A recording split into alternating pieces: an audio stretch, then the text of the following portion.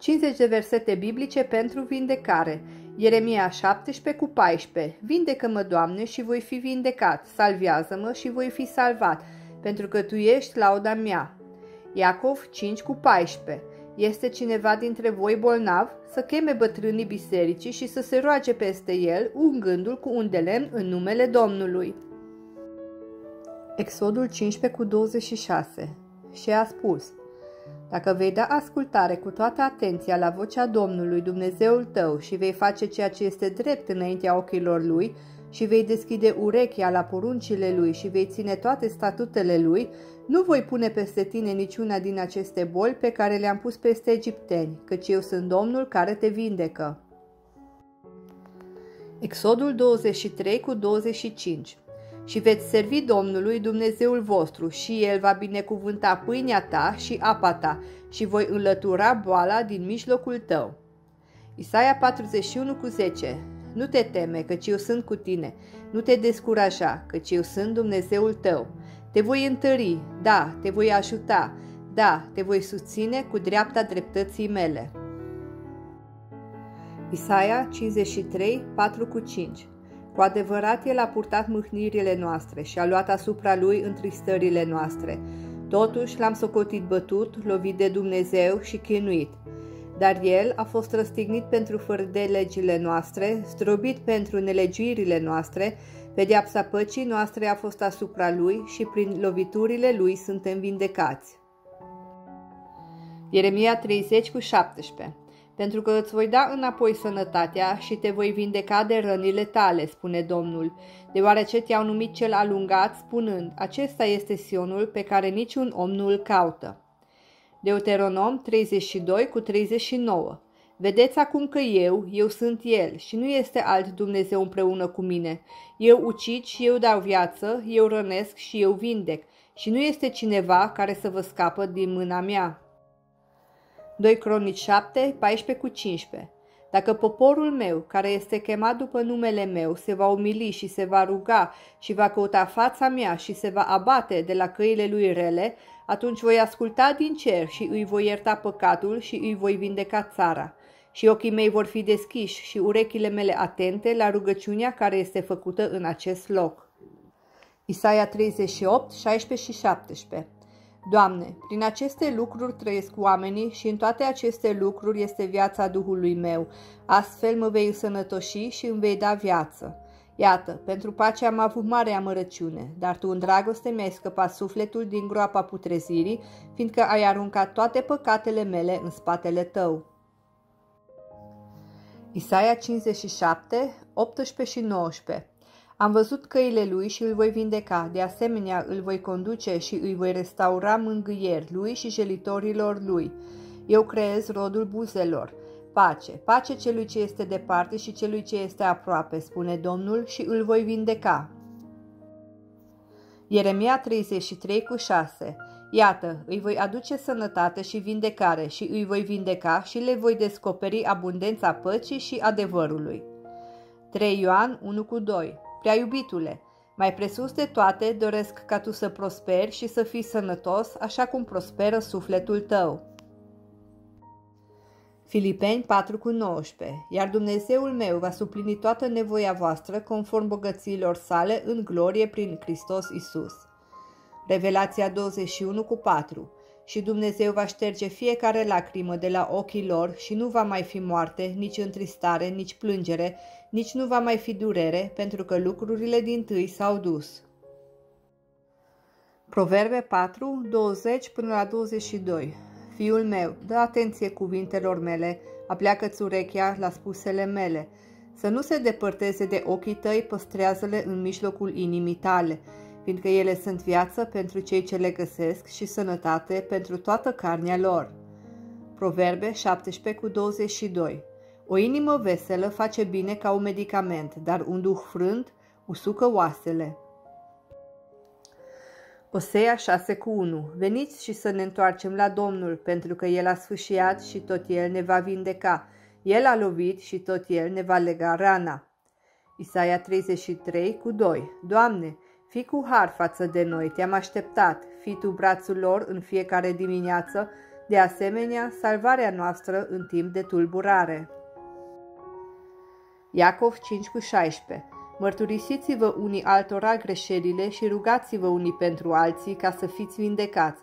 Mult poate rugăciunea ferventă și puternică a unui om drept.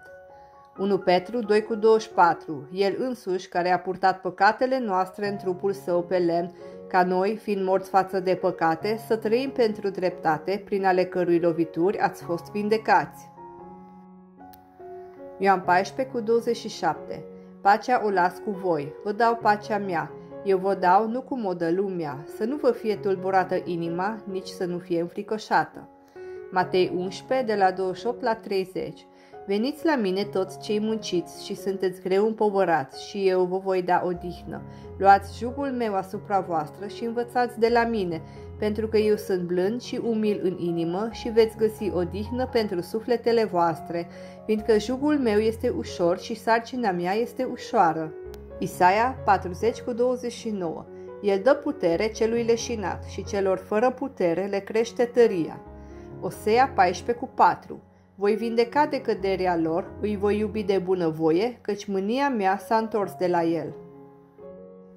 Psalmul 107, 19-20. Atunci, în tulburarea lor, strigă către Domnul, iar El îi salvează din strâmtorările lor. A trimis cuvântul Lui și i-a vindecat și i-a eliberat din nimicirile lor. Psalmul 30:2. Doamne Dumnezeul meu, am strigat către Tine și m-ai vindecat. Psalmul 34, 17-20. Cei drepți strigă și Domnul ascultă și îi eliberează din toate tulburările lor. Domnul este aproape de cei cu inimă frântă și salvează pe cei cu un duh căit. Multe sunt nenorocirile celui drept, dar Domnul îi eliberează din toate. El păzește toate oasele lui, niciunul din ele nu este frânt servitorilor săi și niciunul dintre cei ce se încred în el nu va fi pustiit. Psalmul 103, de la 2 la 4. Binecuvântează pe Domnul sufletul meu și nu uita niciuna din binefacerile Lui. El care iartă toate nelegiuirile tale, care vindecă toate bolile tale, care îți răscumpără viața de la groapă, care te încoronează cu bunătate iubitoare și îndurări blânde. Psalmul 6:2. Ai milă de mine, Doamne, pentru că sunt slab. Doamne, vindecă-mă, pentru că oasele mele sunt chinuite. Psalmul 41, 2 și 3. Domnul îl va păstra și îl va ține în viață și el va fi binecuvântat pe pământ și nu îl vei da la voia dușmanilor lui. Domnul îl va întări pe patul de suferință, îi vei face tot patul în boala lui. Psalmul 41:4. Am spus, Doamne, fii milostiv cu mine, vindecă-mi sufletul pentru că am păcătuit împotriva Ta. Psalmul 147:3. El vindecă pe cei cu inima frântă și le leagă rănile. Psalmul 23, 3 și 4. El îmi înviorează sufletul, mă conduce în cărările dreptății din cauza numelui Său. Chiar dacă umblu prin valea umbrei morții, nu mă voi teme de niciun rău, căci Tu ești cu mine, toiagul Tău și nuiaua Ta, ele mă mângâie. Psalmul 30, 10 și 11.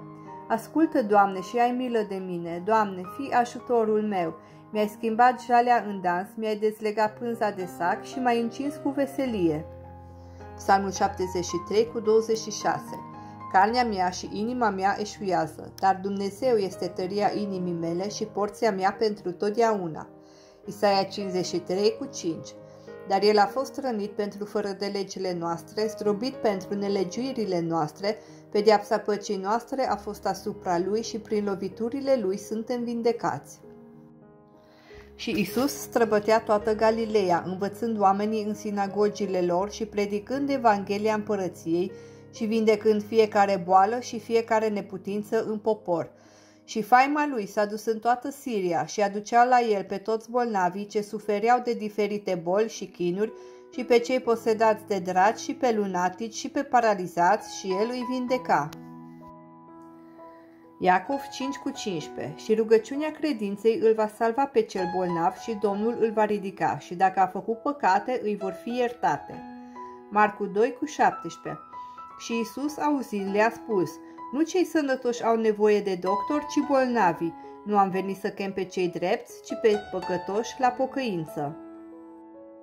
Matei 9:35. Și Isus străbătea toate cetățile și satele, învățând în sinagogile lor și predicând Evanghelia Împărăției și vindecând fiecare boală și fiecare neputință în popor.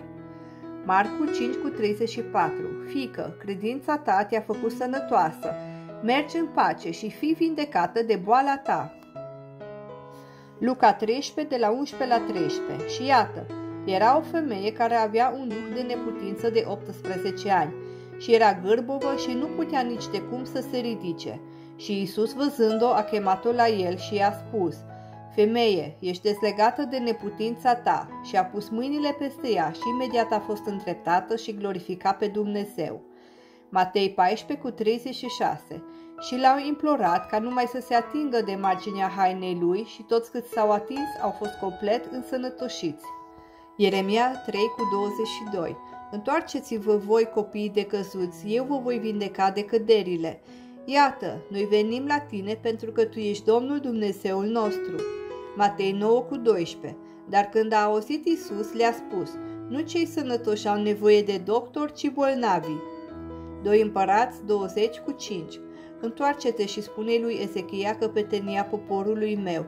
Astfel spune Domnul, Dumnezeul lui David, tatăl tău: am auzit rugăciunea ta, am văzut lacrimile tale, iată, te voi vindeca. Maleahi 4:2. Dar vouă care vă temeți de numele meu, vi se va ridica soarele dreptății cu vindecare în aripile lui și veți merge înainte și veți crește ca vițeii din staul. Luca 8:50. Dar când a auzit Iisus, i-a răspuns zicând: nu te teme, crede numai și va fi făcută sănătoasă. Marcu 10:52. Și Iisus i-a spus: du-te, credința ta te-a făcut sănătos. Și îndată și-a primit vederea și l-a urmat pe Iisus pe cale.